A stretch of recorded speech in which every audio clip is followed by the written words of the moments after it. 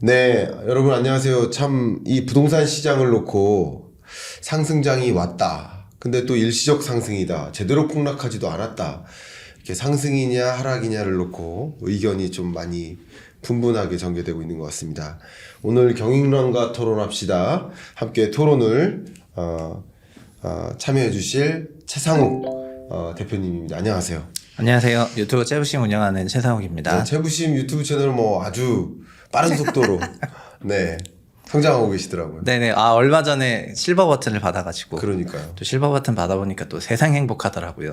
제가 애널리스트 2011년에 시작할 때, 그때 저희 아버님이 2011년에 돌아가셨는데, 네.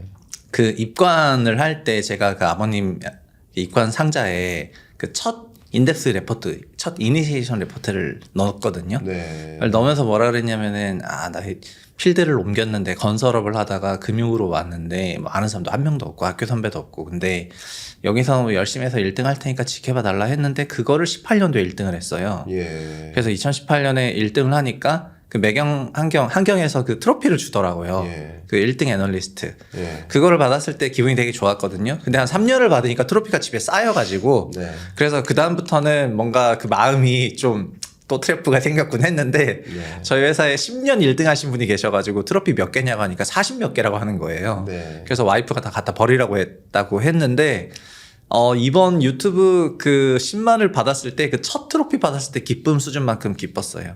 그렇군요. 그냥 뭔가 그 20년에 회사 그만두고 나와서 유튜브 시작할 때 유튜브도 좀 잘해서 여기서 인정받고 싶다 이런 생각했는데, 어쨌든 딱 그 구글에서 이렇게 버튼을 주니까 이 세상 감사합니다 이러면서, 딱 또 경일남님도 이미 실버 받으셨겠지만 또 저희 또 같이 잘해봐야죠. 파이팅. 그 유튜브 채널이 최부심 유튜브 채널이 폭발적으로 성장하는 그 딱 시점이 네. 우리 책인사에 출연하셨던 시점입니다. 똑같습니다. 네, 맞아요. 맞죠? 그때부터 컨셉을 정비해가지고 외부 활동도 하고 뭐 그랬던 맞아요. 시절이어가지고. 뭐 제 채널 출연해서 그렇게 됐다기보다는 시점이 그런 점과 일치하다. 지난번에 책인사에 또 출연해 주셨는데 오늘은 경토, 특히 이 머니 트렌드 2024 이 책의 공동 저자로서 오늘 돈이 도대체 어떤 식으로 흘러갈지, 특히 부동산 시장을 중심으로 네. 말씀을 좀 나눠보도록 하겠습니다. 예. 단도직입적으로 질문을 드리도록 하겠습니다. 2023년 한 해의 거의 이제 한 해가 끝나가잖아요. 네. 예, 끝나간다고 봤을 때 23년 한 해의 부동산 시장을 어떻게 정리해 보실 수 있을까요?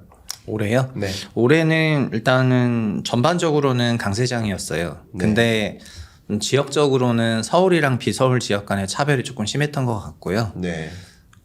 그래서 일단 가장 관심이 있을 만한 그런 가격적인 부분을 얘기를 하자면은, 서울은 지금 7월 기준으로도 바닥에서 10% 이상 상승을 했거든요. 네. 그래서 서울은 정말 거의 두 자릿수 이상 상승을 했기 때문에 확연한 강세장이고, 네.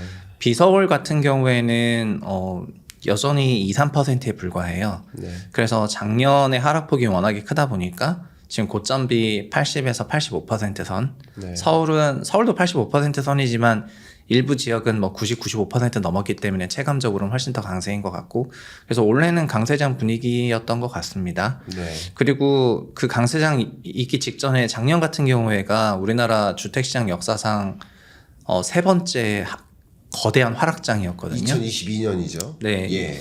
이게 실거래 지수로는 서울만 24% 하락했고 네. 전국도 거의 20% 가까운 하락을 했는데, 네.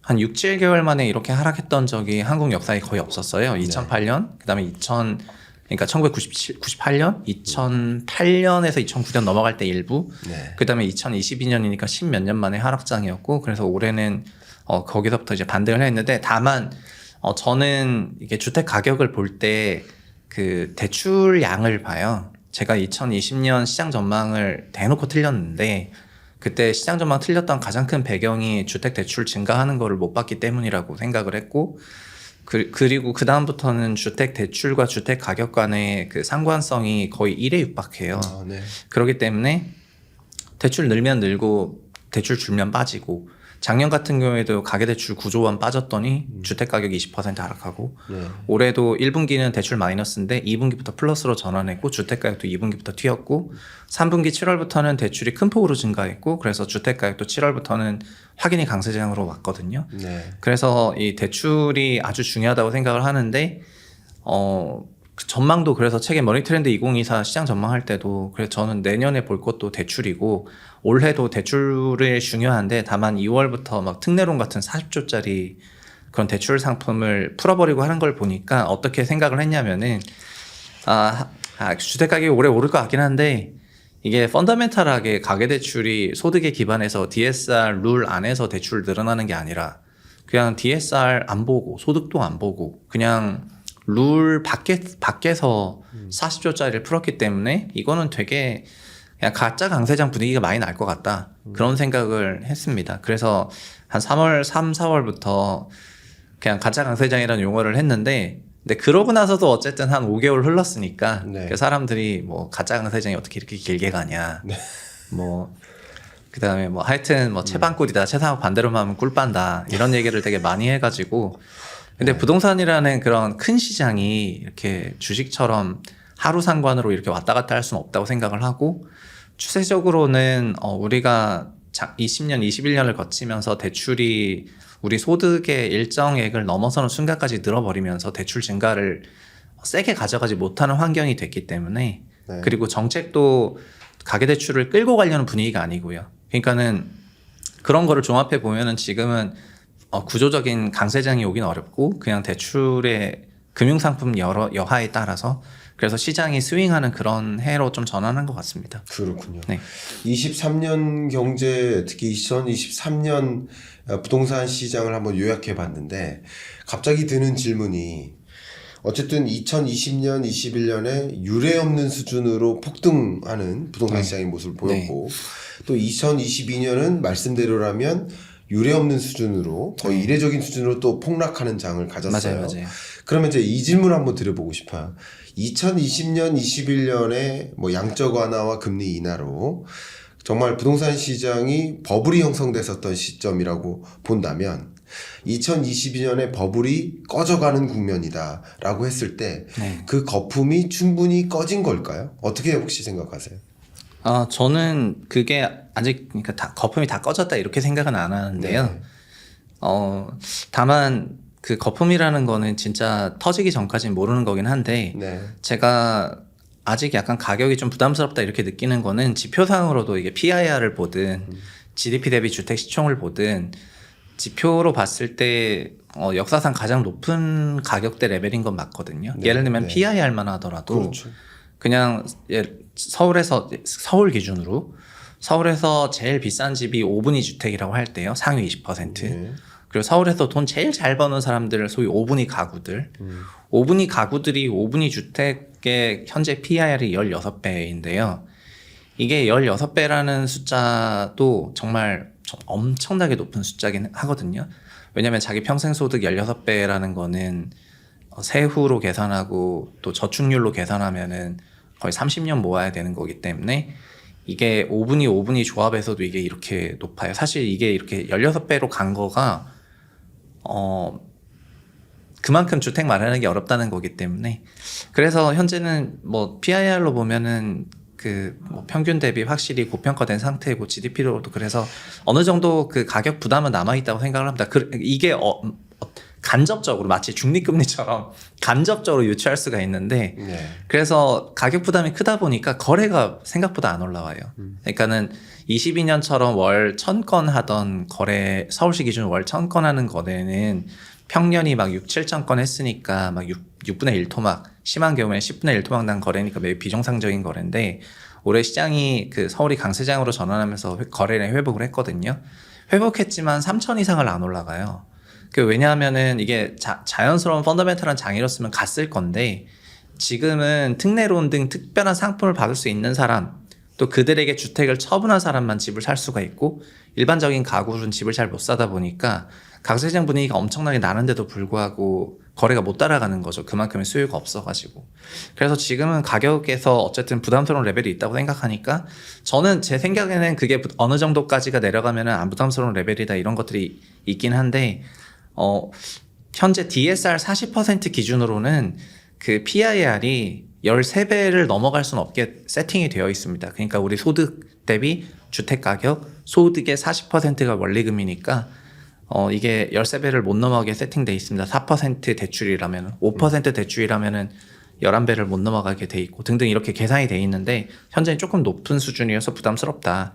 그치만 08년에 제가 그런 질문 자주 받는데 부담스러우면 뭐 하락하냐 이런 질문을 많이 받는데 2008년 9년에도 똑같았었는데 그 부동산이라는 게 그 원금 보전 심리가 있고 하방 경직이 있는 편이거든요. 그래서 그 부동산을 보유하신 분들이 어떤 마음을 갖냐면은 이게 장기적으로 결국 다시 이런 변동성을 커버하고 다시 정상화되는 시간까지 버텨버리는 경우도 꽤 돼요. 네. 그리고 구조적으로도 그런데 현재 소득 대비 비싸다는 거지만 5년 후 소득 대비는 적정한 레벨로 들어올 수가 있거든요. 그 얘기는 5년 동안은 그냥 가격이 지지부진하게 가더라도 밑에서 소득이 이렇게 올라오면은 어느 순간부터는 구매력이 만들어진다는 건데 부동산에서 이런 경우가 상당히 많았었기 때문에 뭐 그래서 저는 부동산 그 가격도 가격이지만 거래량을 포함한 부동산 시장 자체는 이미 위축된 상태고요. 뭐 떨어지냐 안 떨어지냐 이거는 떨어질 수도 있고 안 떨어질 수도 있는데 떨어지려면은 현금으로 문제가 발생해야 떨어지는데 지금은 그거가 발생하지 않도록 여러 상품들이 많이 커버가 돼 있는 상태고 안 떨어진다 하더라도 구조적인 구매력은 없으니까 위축이 될 수밖에 없는 이런 상태로 한 몇 년 갈 거라고 생각하고 있습니다. 너무 좋습니다. 지금 2023년 부동산 시장도 좀 정리를 해주셨고 24년 부동산 시장에 대해서 아직 질문을 안 드렸는데 네. 어느 정도 답변을 또 주신 것 같고 그러면 심하이? 예, 그러면 이제 녹화를 여기서 끝낼까 했는데 너무 빨리 끝나서 네. 또 추가적으로 네. 질문 드리도록 하겠습니다. 저도 이제 부동산 시장을 항상 지켜보고 저는 평생 커리어 기간 동안 부동산 시장을 하나의 거시 경제 지표의 하나로서 다뤄왔기 때문에 이 다른 거시 경제 지표의 그 톱니바퀴적인 흐름과 함께 같이 맞물려 가는 거라고 항상 보고 있기 때문에 부동산 시장을 유심히 지켜보고 있습니다. 근데 저는 이제 부동산 시장 아까 주택담보대출의 양 혹은 이제 부채의 양 그게 거래량과 거의 상관관계가 높고 그게 결국 거래량이 늘어나면 가격이 반영되는 모습이라고 설명해 주셨는데 너무 좋은 말씀이시고요. 그 부분에 대해서 100% 공감합니다. 근데 이제 그 매매 가격, 그러니까 굉장히 재밌게도 실물 경제 상황을 볼 때는 양을 보잖아요. 네. GDP가 얼마나 증가하나, 네. 소비가 얼마나 늘어나나, 기업의 투자가 얼마나 늘어나나, 순수출이 얼마나 늘어나나. 근데 시장을 볼 때는 그 잣대가 가격입니다. 주택 가격이에요. 거래량을 본다기보다는 가격이 네, 우리가 관심 그게 있는 주식 시장이 지수로 강세 약세 얘기하니까요. 그렇죠. 네, 저도 똑같습니다. 실거래 지수로 말씀드린 거예요. 그러니까, 거래량을 네. 거래량은 보조적인 지표여서 저는 거래량 얘기 잘 안 해요. 아까도 거래량이 수요가 못 올라왔다는 간접적 지표다 이렇게 얘기한 거고 그 대출은 거래량의 상관성이 아니라 대출 이꼴 가격으로 그 거의 정상관이 나와요. 그러니까 중간에 쿠션이 없다는 거죠. 결과적으로 우리는 예측하고자 하는 것이 가격이기 때문에 이 자산 시장에 있어서는 그 가격을 전망할 때는 역시 수요와 공급에 의해 결정되고 수요 공급의 결과물인 거래량으로서 가격을 가늠해 볼 수 있겠다라고 생각을 합니다. 근데 이제 수요와 공급 각각의 변수에 또 영향을 미치는 수많은 변수들 중에 하나가 역시 말씀하셨던 금리인 거고요. 네. 또 한 가지 또 지대한 영향을 미치는 것이 저는 정책적 요소라고 생각을 해요. 그래서 어쩌면 가짜 강세장이라고 이렇게 표현을 해주셨는데 그 정책적인 요소는 24년에도 유효할 수 있다고 보시는지 유효하다면 네. 네네. 그게 그 정책도 말씀하신 것처럼 그러니까 주택 가격도 기본적으로는 수요 공급인데 네.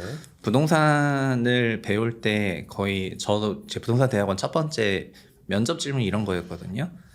그 공급의 비탄력성을 설명하시고 이게 제 면접 질문이었습니다. 왜냐하면 주택이 짓는데 3년 이상 걸리기 때문에 그리고 주택의 공급은 준공을 공급이라고 하는데 네네. 준공까지의 시차가 너무 기니까 인허가로부터. 레깅이 있을 수밖에 없고 네. 그래서 수요가 지금 시점에서 변했을 때 너무나 비탄력적으로 공급이 따라붙으니까 네. 얼마든지 가격은 변동성이 커질 수가 있거든요. 그러니까 네. 소위 말해서 가격이 위아래로 튈 수가 있다는 거잖아요. 네.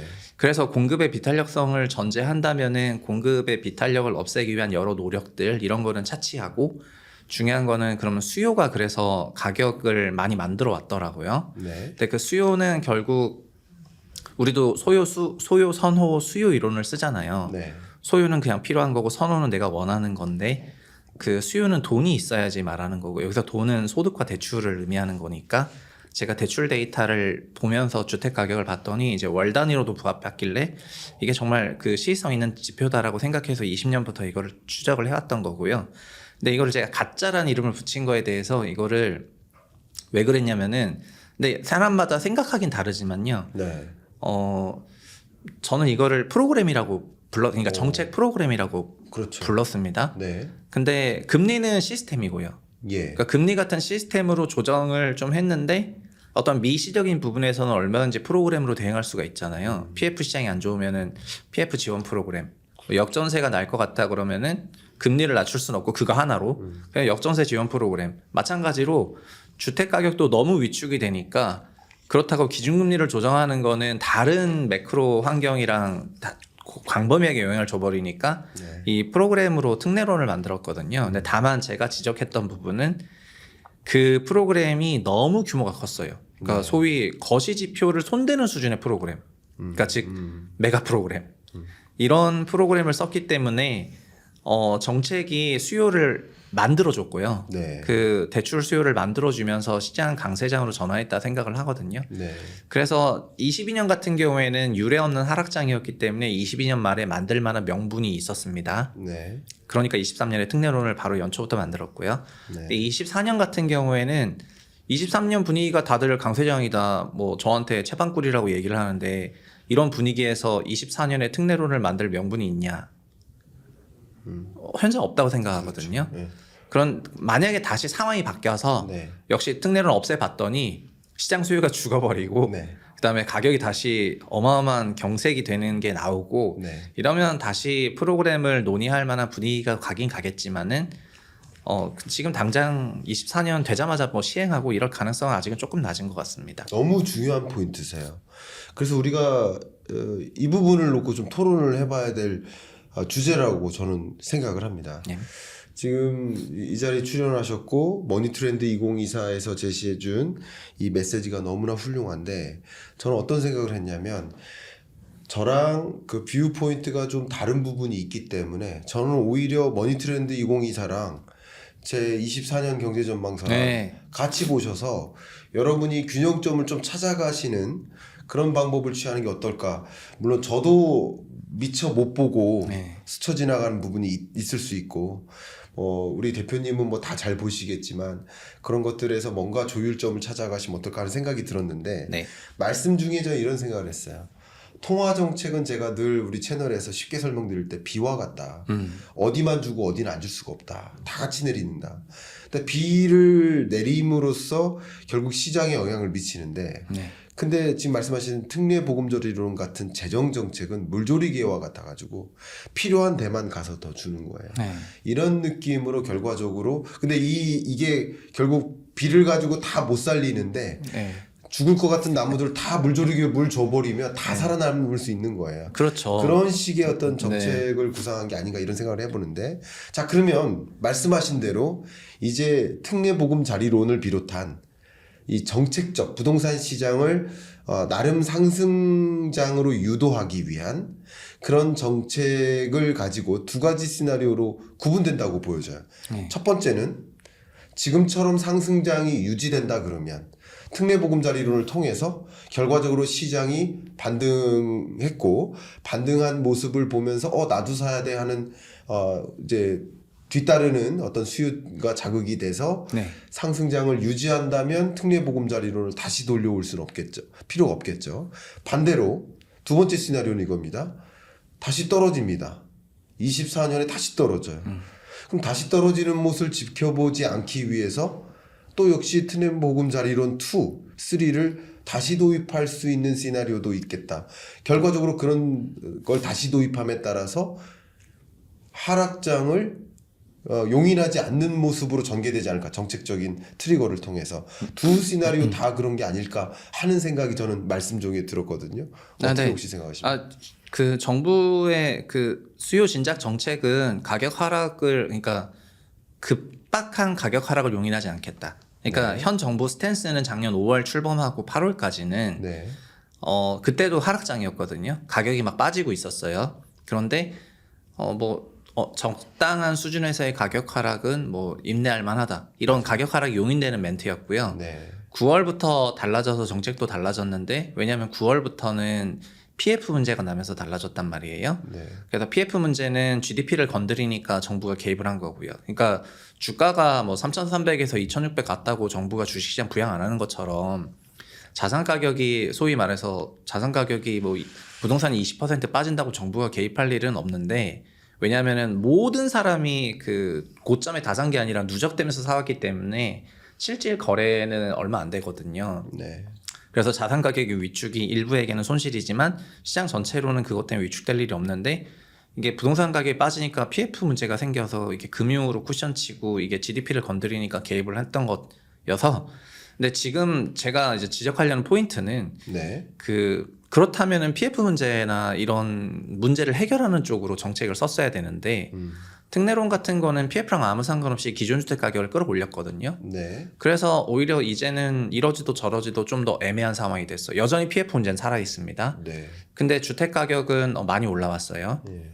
그래서 여기서, 그러니까 특례로는 PF를 살리는 게 아니라 기존 주택 가격을 밀어 올리는 프로그램이에요. 프로그램 종류가 달라요. 그러니까 맞아요. 비료가 다른 비료입니다. 네. 그러면은 이 비료를 또 치냐? 그러면 여기 문제는 그대로 살아 있는데, 이런 거여서 그러면 진짜 바보짓 인증하는 거고, 얘 살리려고 프로그램 쓴다, 그거는 어느 정도 받아들여야 되겠죠. 네. 근데 현재는 뭐 그런 생각을 합니다. 정부는 부동산 가격을 안정화하려고 노력을 많이 해왔고, 어느 정부도 자산 가격의 급락을 그대로 수용한 정부는 없었거든요. 그런데 이런 과정이 반복되다 보니까 지난 2010년대 금융시장을 경험하고 나서 제가 그냥 개인적인 소회는 채권 시장에 있었던 QE1, QE2, QE3, 그 다음에 코로나 때 있었던 케어스 액트 같은 게 전부 다 장기 채권 매입하는 프로그램이었고, 장기 채권 매입하는 프로그램 계속 쓰다 보니까 채권 시장의 수요 공급 논리가 빠지고, 그냥 연준이 사면 올라가고, 연준이 QT로 팔겠다 그러면 빠지고, 그 다음에 채권 금리는 겨우 지금 뭘 보여주냐면은 경제를 보여주는 게 아니라 연준의 점도표를 보여주잖아요. 물론 연준 점도표가 금리를 기반으로 선택하기 때문에 경기를 보여준다고 생각할 수 있지만, 결국 정책 금리를 보여주는 거랑 똑같이 채권 시장 그 자체의 다이내믹은 많이 훼손됐다 생각을 하거든요. 전 똑같이 지금 주택 시장의 그 자체의 다이내믹은 훼손돼 가는 과정인 것 같고요. 그리고 정부가 이런 특례 프로그램 주면은 주네 이러면서 또 잠깐 꿀 빨다가 안 주면 에이 이러면서 하면 이게 뭔 시장이냐. 그래서 매우 정부 정책 의존적 시장으로의 변화의 맞아요. 그 시쪽 시작점이 2023년이었던 것 같습니다. 그렇군요. 네, 그래서 24년도 만약에 이렇게 한다면, 두 번 똑같이 이런 식으로 한다면은 그때부터 저는 주택에 대해서는 완전히 그냥 마치 QE가 있고 없고에 따라서 채권 가격이 급변했던 그 당시에 채권 애널리스트들처럼 뭐 다 필요 없고 그냥 특례 있냐 없냐, 그렇죠. 그것만 보시면 된다. 정책만 네, 봐도. 그렇게 생각하고 있습니다. 그러니까 정책의 기여도가 커졌다고 생각합니다. 네, 실제로. 아니 왜냐면 막 수십조짜리를 쓰니까요. 그러니까요. 아니 뭐 네. 아까 물조리개라고 했는데 이거 네. 물조리개가 아니라 대한민국을 덮는 물조리개를 써버렸는데. 그렇죠. 네. 그런 식으로 역시 그런 것까지 우리는 고려해서 시장을 전망해야 된다 저는 생각하고 있어가지고 그런 부분들도 질문을 드렸습니다. 너무 네. 재밌는 토론인 것 같습니다. 그 다음에 좀 더 구체적으로 질문 드리고 싶은 게 이 머니 트렌드 2024 이 책에서 물론 공조를 하셨지만 부동산 시장을 총괄 책임하신 거 아니겠습니까? 그래서 이 머니 부익남 트렌드 있습니다. 왜 갑자기 부익남도 저한테? 있군요. 네, 그렇군요. 네. 두 분이 알아서 네. 책임지시라고 생각하시고. 자, 이 시장을 봤을 때 2024년 부동산 시장을 봤을 때 좀 특징 몇 가지를 이제 규명해 놓으셨어요. 네. 가장 먼저 말씀하고 싶으신 그 특징이 있다면. 네. 오늘 이제 수요나 대출 얘기는 많이 했고요. 내년은 또 특징이 총선이 있잖아요. 그렇죠. 그리고 또 하나가 매크로 얘기를 안 할 수가 없는데 아마도 24년에 대해서 제가 매크로 얘기를 그 김 교수님 앞에서 얘기하는 게 좀 그렇긴 하지만 어쨌든 그 금리 레벨이 좀 약간 고금리가 좀 이어질 걸로 보는 그런 네. 국면이니까요. 네. 그리고 특정 한 해 연도만 보지 않더라도 장기적으로 보더라도 네. 어쨌든 제로금리가 아니라 중금리 이상 네. 이런 환경으로 보다 보니까 어느 정도는 제약적이라고 생각을 하거든요. 네. 그래서 내년도 환경에서는 선거를 앞두고 선거 관련 불확실성이 주택시장에 굉장히 많이 나타날 것 같고요. 네. 그러니까 주택이 어떤 매크로한 지표로 움직이는 것도 있지만 개별 부동산 대책 같은 거가 부동산 정책 대책이 특정 시장에 많이 영향을 주거든요. 예를 들면 네. 정비 사업을 활성화하냐 규제하냐 그다음에 신도시 특별법을 만드냐 안 만드냐 네. 막 이런 거가 시장에 확실한 영향을 주는데 결국 이거는 정치랑도 연결돼 있는 거기 때문에 총선 관련해서 윤석열 정부가 추진하려고 했던 부동산 정책들이 되고 말고 네. 그러니까 어느 정도 또 그 윤곽이 드러나지 않겠는가. 그러면 네. 그게 됐을 때 안 됐을 때에 따라서 또 시장이 달라질 수가 있다고 생각을 해가지고 네. 내년도는 진짜 매크로 불확실성도 있는 국면에서 정책 불확실성도 있고 그러니까 되게 난이도가 높은 한 해인 것 같습니다. 그러면서 연초는 또 어쨌든 특례론도 없는 상태로 시작을 하고 그렇군요. 그러니까는 굉장히 전반적으로는 그래서 관망세가 아주 짙어지는 네. 그런 시장이 될 것 같아요. 좋습니다. 제가 2024년 경제를 봤을 때, 뭐 지금 경제도 마찬가지, 2023년 경제도 역시 마찬가지, 23년, 24년 경제를 봤을 때 우리 한국 경제의 가장 약한 부분, 네. 골마 있는 부분을 하나 꼽아라 하면 저는 부동산 PF 영역인 거라고 생각합니다. 네, 이 저도 부분 동의하세요? 저 완전 동의. 그러면 네. 잘 보세요. 저는 어떤 생각을 하고 있냐면 부동산 PF가 어쨌든 현 정부로서는 터지면 안 되잖아요. 현 정부 입장에서는 네. 이게 절대 터지면 안 된다고 보고 있을 거예요. 절대 터지지 않도록 뭐 상환 기간이라든가 뭐 이런 것을 유예하는 방식으로 일단 시간을 벌어놓는 방식들을 쓰는 거예요. 네. 그래서 해결된 건 하나도 없어요. 네. 24년으로 연장만 시켜놓는 느낌이라고 보고 있어요. 네. 근데 연장시켜놓은 것을 의미가 있다. 정부의 입장에서 의미가 있다고 생각한다면 그 시간 동안 미분양주택 건수를 줄이면 됩니다. 쉽게 말하면. 그죠? 미분양주택 건수가 줄어들어서 다 분양되게 한다면 결과적으로 부동산 PF 문제를 해결할 수 있어요. 네. 그러면 정부 입장에서는 미분양주택 건수를 줄이기 위해 노력할 거고 줄이기 위해서는 가격을 상승 기조로 나름 유지해야 될 거라고 저는 생각하고 있거든요. 네. 이 정책 기조가 맞다 틀리다가 아니라 현 정부는 어떤 정책을 가동할까를 헤아려 본다면 어쨌든 상승 기조를 유지함으로써 미분양주택을 좀 해소하고 그게 이 아픈 고리를 해결하는 방향으로 정책을 가져가겠다 이렇게 생각을 하고 있습니다. 그런 부분 혹시 어떻게 생각을 하실까요? 네, 저는 그게 되게 그냥 희망사항이라고 개인적으로 생각하는데 네. 어떤 부분 희망이 좀 들어있는 것 같습니다. 그러니까 네. 뭐냐면은 네. 우리 코로나 때 다 경험을 했잖아요. 예. 코로나 때 자산시장이 급락을 할 때 네. 그때 일시적 급락을 할 때요. 네, 연준이 했었던 게 뭐냐면은 SPC 만들어서 급락하는 자산을 매입해 줬잖아요. 네. 지금도 만약에 PF를 정말 풀고 싶으면은 이것도 똑같은데요. 물조리개만 주면 되지 않습니까? 네, 그렇죠. 근데 왜 비가 내리라고 할 필요가 없거든요. 뭔 네. 얘기냐면은 해당 PF 부실 자산에 대해서 BTFP 같이 그 개별 은행에 대해 가지고 아니면 연준처럼 그 부실 자산을 매입해도 돼요. 네. SPC 만들어 가지고요. 예. 그러니까는 60조 원의 그 미착공 PF가 문제고 브릿지론 PF가 문제다. 그럼 60조 원의 재원 프로그램을 쓰면 되지. 소위 다른 시장을 아까도 말씀드렸는데 기존 자산 시장이 올라갔다고 해서 PF가 풀리는 게 아니에요. 올해 증명이 됐어요. 예, 예. 올해 서울이 엄청 좋아졌는데 서울만 좋아지다 보니까 PF 문제는 여전히 남아있고 이 문제가 해결이 안 됐는데 여기서 똑같이 내년에 그럼 또 자산시장 올리지 않겠습니까? 라고 하는 거는 올해 실수의 재반복일 뿐이에요. PF가 문제면 PF를 풀어야죠. 그 물조리개를 쓰는 것처럼 왜 시장 전체를 살려서 풀려고 생각하냐 요 말씀인 거죠.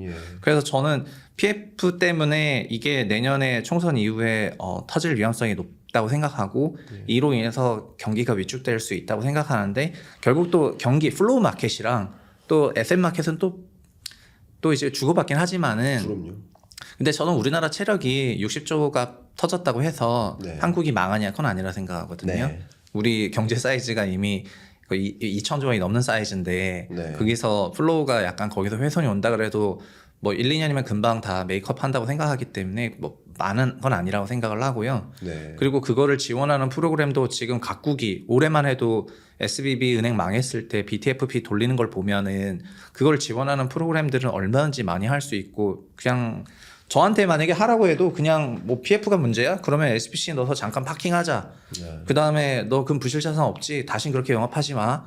하고 그 다음에 또 속가낸 다음에 그 이거 문제 있었던 것들 다시 정리해가지고 그 어차피 그 금융기관들 채권이니까 그렇죠. 뭐 그렇게 해도 사실 상관없잖아요. 그러면은 시장을 막 다 살려줘라. 그러니까 이게 되게 시장 사이드에서 얘기하는 그 소위 답이 정해진 뭐냐면은 PF 문제가 오니까 부동산 시장 무조건 부양시킬 거야라는 생각 역시 되게 나이브한 생각일 수 있다고 생각합니다. 너무 좋은 답변 주셨습니다. 재밌는 관전 포인트로 이 책을 좀 들여다보려고 합니다. 이 책을 24년 경제전망 김광석의 24년 경제전망 책의 뷰를 가지고 머니트렌드 2024를 한번 바라보려고 합니다. 한번 두 가지 질문을 드리려고 해요.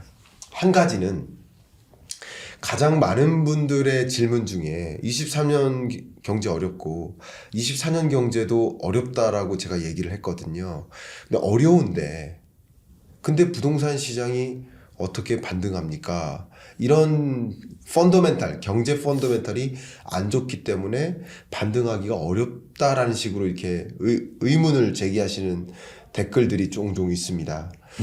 근데 제가 뭐라고 그때 설명드리냐면 2024년 경제는 뉴 레짐이다. 새로운 체제가 된다. 뭐가? 고물가, 고금리, 저성장이. 근데 실물 경제와 자산 시장을 구분해야 되는데 실물 경제는 규모 면에서 우리는 들여다보는 거고 자산 시장은 가격 면에서 들여다보는 거예요. 근데 이 뉴 레짐, 고물가, 고금리, 저성장 체제가 고착화되고 장기화될수록 실물 경제를 더 억압해요. 다시 말하면 금리 하나만 보면 기업 입장에서 가계 입장에서 금리가 높다는 게 부담인 거예요. 금리가 올라가는 게 부담이 아닌 거예요. 그래서 기업들은 2%대 그 금리는 대출받아서 사업하기 좋은데 5%대 이 금리는 도저히 사업할 수가 없는, 그러니까 실물 경제를 더 억압하기 때문에 경기는 안 좋다. 근데 반면에 자산 시장 같은 경우는 이게 그냥 뭐 부동산도 투자화 됐다라고 여러분 공감하고 계시잖아요. 이 투자화된 이 시장에서는 금리의 레벨에 따른 공포감이 아니라 금리가 가파르게 올라갈 때 공포감을 느낀다는 거죠. 그리고 금리가 이미 올라가 버리고 그 체제가 굳어지고 나면 금리에 따른 그 공포감은 이제 상대적으로 덜 느낀다는 거죠. 그러니까 금리의 레벨이 중요한 게 아니라 금리가 얼마나 빠르게 전환되는가, 그게 얼마나 공포감이나 불확실성을 주는가, 이게 이 자산 시장에 더 영향을 미친다고 저는 보고 있어요. 이 부분에 대해서 이게 굉장히 중요한 제 24년 전망서의 관전 포인트거든요. 그래서 시장과 실물 경제를 제발 구분하셔라. 경기 침체가 진행돼도 자산 시장은 반등할 수 있다. 이 말씀을 드리는 게 제 주된 논리 중에 하나인데 그 뷰로서 시장을 어떻게 혹시 평가하고 계십니까? 저는 금리가 이름도 되게 다양한데 올해만 하더라도 그러니까 22년 같은 경우에는 금리를 세 가지로 일단 나눠서 말씀을 드리고 싶습니다. 첫 번째는 한국 기준금리, 두 번째는 소위 말하는 10년 금리, 5년 금리, 뭐 은행채 5년으로 할게, 대출을 저희는 주담대를 다룰 거니까. 세 번째는 그 은행이 제공하는 상품 금리. 그런데 22년 같은 경우에는 기준금리 인상, 시장금리 상승, 상품금리 상승이 모두 다 발생을 했고요. 그래서 말씀하시는 위축적 상황이 나타났고요. 올해는 기준금리 동결, 그다음에 시장금리는 심지어 인하, 그렇죠. 올해 시장금리 2분기, 3분기 때는 진짜 많이 빠졌어요. 그렇죠. 상품금리는 현저한 인하. 그렇죠. 그러니까 시장금리 30bp 빠졌는데 주담대나 전세대출은 100bp에서 150bp 빠졌어요. 그렇죠. 그리고 50년 만기 모기지도 7월부터 나왔는데 이것도 사실은 금리 인하 효과가 엄청나게 큰 거나 마찬가지죠. 왜냐면 실질 부담을 낮췄으니까. 네. 근데 내년은 뭐냐면은 내년은 뭐 시장금리 기준금리 모르겠습니다. 내년은 우리가 위축된다면 기준금리도 내려야 되겠죠. 근데 시장금리는 올라갈 것 같아요. 그 다음에 상품금리는 원래 너무 낮춰놔가지고 네. 시장금리가 올라가면은 상품금리가 올라가는 환경이라고 생각을 해서 네. 내년은 오히려 23년이랑 비슷한 상황이라기보다는 22년이랑 조금 비슷한 상황일 수도 있다 생각하고 다만 그 폭은 다를 것 같습니다. 22년은 정말 너무나 드라마틱한 변화가 있었고 네. 그 모기지 금리가 3%대에서 막 5.5%로 튀어버렸기 때문에 네. 그거는 막 200, 250bp 근데 지금은 400bp로 4%로 내려왔거든요. 예. 그러니까 한 100에서 150bp 내려갔고 내년은 뭐 4.5에서 뭐 5 사이에 있겠죠. 다시 저는 그렇게 생각을 하고 그러다 보니까 올해보다 5, 60bp 이상 인상 효과가 있을 것 같다 이렇게 생각하고 있습니다. 상품금리 단에서. 네. 근데 가게는 결국은 상품금리를 쓰거든요. 네. 그러니까 우리가 뭐 하늘에서 돈 빌린 건 아니어가지고 그래서 우리가 내년에 느끼는 환경은 고금리 고착화에 대한 어떤 그 적응보다는 이게 계속되면 적응일 것 같은데 저희는 올해는 되게 인하를 느꼈다가 내년 다시 조금 인상을 느낄 것 같아요. 네. 예, 그래서 그치만 뭐 그 레벨이 쭉 이어진다고는 생각은 할 거니까 네. 아마 뭐 요 레벨을 계속 써야 되는구나라고 생각은 하지 않을까. 그렇죠. 네. 이 레벨의 금리를 계속 써야 되는구나라고 생각할 가능성이 높고 23년 연내는 미국이든 한국이든 추가적인 기준금리 인상을 할 수도 있고 안 할 수도 있지만 네. 24년에는 추가적인 기준금리 인상이 없다고 저는 생각해요. 24년에는 우리나라요? 우리나라든 미국이든 다. 예, 뭐 어쨌든 미국도 점도표는 50bp 예. 낮추는 거니까요. 네. 그래서 한동안 고금리가 유지되다가 뭐 24년 끝자락에나 미국은 기준금리를 인하하든가 아니면 그거마저 못하든가 할 수도 있을 것 같아요. 시장 상황에 따라서 물가 네네. 상황에 따라서 그런 관점에서 추가적인 금리 인상이 끝나가는 그런 지점 24년이죠. 시중금리는 오히려 당연히 22년 10월 정도가 주담보 상품 대출의 정점이고 네. 그 이후로 좀 떨어졌다 지금 최근에 올라가고 있는데 다시 그 정점을 향해 올라가지는 못할 거라고 생각을 하고 있어요. 네네. 그런 관점에서 저는 뉴 레짐으로 이렇게 보고 있습니다. 네네. 좋은 말씀이십니다. 저는 예. 근데 그 침체가 예. 경기 침체랑 자산 침체를 구분해서 말해야 된다고 생각합니다. 맞아요. 제가 핵심적으로 듣고 네네. 싶은 얘기예요. 뭐 경기 침체 온다고 자산 침체 오는 건 아닐 수가 아니죠. 있거든요. 예. 네. 그 오히려 미국이랑 우리나라는 예. 그러니까 미국의 경우에는 나스닥이 무너져야지 그들이 느끼는 체감 침체고요. 네. 한국은 부동산이 무너져야 체감 침체예요. 맞아요. 경기 맞아요. 상관없어요. 맞아요. 한국 투자자들은 그렇게 느낄 거예요. 너무 좋은 말씀 주셨고요. 제가 작년에 2023년에는 경기 침체 온다. 네. 근데 집값은 23년 중반을 기점으로 반등할 수 있다. 이렇게 전망을 했거든요. 책에다가. 그대로. 거의 뭐 타짜시네요. 네. 하여튼 뭐 그렇게 네네. 전망을 했었는데 말씀 감사하고요. 그랬는데 아니 경기 침체 오는데 왜 부동산 가격은 반등한다고 그래? 이런 질문. 또 주가도 제가 22년 10월이 저점인 거고 그 이후 주가는 반등하지만 2,500 언저리에서 맴돌 거라고 표현을 여러 차례 했거든요. 그러니까 경기 침체와 무관하게 자산시장은 그거대로 움직일 거라고 설명을 드린 건데 네. 이 경기 상황과 이 자산시장을 이제 혼용해 가면서 받아들이시다 보니까 오해가 생기시더라고요. 네, 그래서 저는 그래서 그렇죠. 24년 전망서에는요. 네. 아예 프롤로그에 그 내용을 먼저 딱 제시를 해버렸어요. 경기 침체와 경제 위기는 다르다. 한 문단. 맞아요. 그리고 경기 침체와 주가 침체, 부동산 침체는 또 다른 것이다. 이렇게 좀 박아놓고 이렇게 설명을 했습니다. 네. 진짜 읽어봐야 되겠네요. 저 오기 전에 읽으려고 그랬는데 아직 출간이 출간일이 살짝 모자란지 예. 그 실물이 안 나와가지고 맞아요. 제가 못 읽었습니다. 제가 당연히 보내드려야 되는데 네. 아직 아니요. 저는 사서 읽을 생각인데 예. 그래도 부족하나마 한 권의 매출이라도 올려드리려고 하는데 감사합니다. 아직 안 나와서 좀 아쉽습니다. 네, 저도 이거 5권 사서 선물하겠습니다. 어차피 이거 그 네. 김 작가랑 부익남이 네. 메인으로 이제 쓰신 거라서. 네, 네네. 그거는 별로 도움이 안 되시는군요. 알겠습니다. 아니요, 좋아요. 그 책 네. 제가 이거를 처음 참여를 해봤는데 네. 하여튼 출판사의 그 편집이라든가 이런 작업 진행하는 수준이 높더라고요. 제가 그런 느낌을 2017년에 위즈덤 하우스랑 일할 때 처음 느껴보고 다시 처음 느껴봤는데 어쨌든 잘 만들어진 책이라고 생각합니다. 그렇군요. 자, 마지막으로 이 질문 좀 드려보고 싶습니다. 저도 24년 경제전망서를 가지고 그 네. 뷰로 이 머니트렌드 2024를 좀 또 한번 바라본다면, 두 번째는 제가 부동산 시장의 트렌드를 뭐라고 제시했냐면 비대칭화. 그러니까 수도권과 비수도권 간의 네네. 비대칭화가 전개되는데, 이 인구의 이동이나 인구 소멸 문제도 그러하고요. 그 밖에 현 정부의 정책 기조가 우리 추석 직전에 발표한 주택 공급 대책, 네. 이 대책도 수도권을 중심으로 신도시 건설, 이게 핵심이잖아요.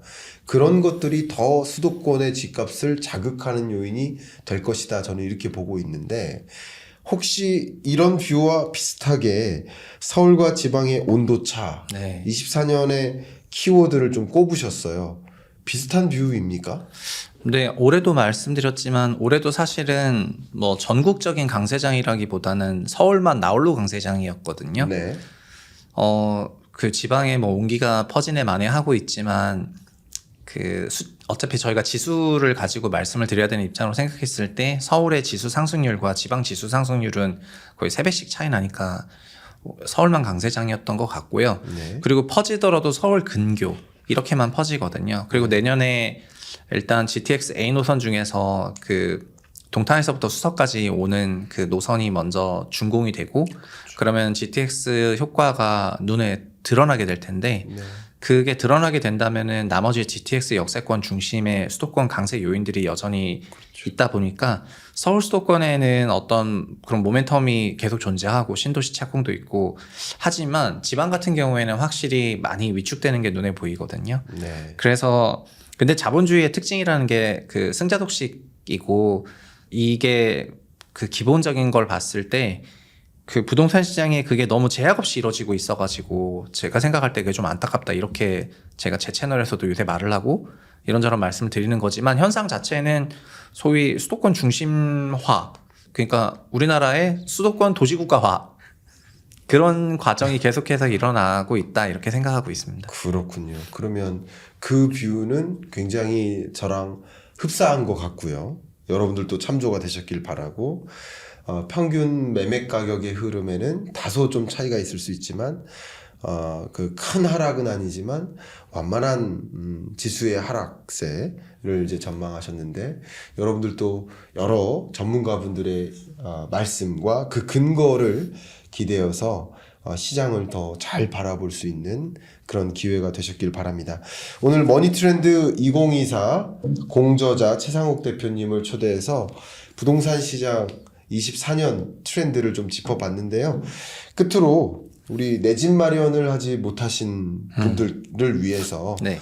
뭐 조언이라든가 말씀해 주실 것들이 있으면 좀 부탁드립니다. 네, 저는 항상 이런 조언을 합니다. 그 기존 주택 가격이 너무 높아진 구간에서는 결국에는 분양가 상한제 청약주택을 청약하시는 것이 가장 싸게 집을 사는 방법이고, 그리고 분양가 상한제 주택이 공급지가 주로 신도시가 많다 보니까 소위 구도심에 집을 사셔야 되는 분들 같은 경우에는 지금 주택 가격이 너무 높은 레벨이기는 하지만 정말 내가 그러니까 집을 사는 어떤 기준을 좀 세우셨으면 좋겠고, 제 생각에 집을 사는 건 집값이 올라갈 것 같아서 사는 게 아니라 내가 여기 진짜 5년 이상 정착하겠다는 생각을 했을 때 그때 매수하시면 될 것 같고요. 그리고 산다고 생각했더라도 아까도 말씀드렸지만 그 DSR 40% 기준 선에서는 5% 금리로 40년 만기 주담대를 했을 때 그 PIR 11배를 못 넘게 되거든요. PIR 11배 넘는 주택을 사면은 DSR 40% 넘어버려요. 그러니까 그 얘기는 자기 소득의 11배 이내로 되도록이면 사라 이런 말씀이에요.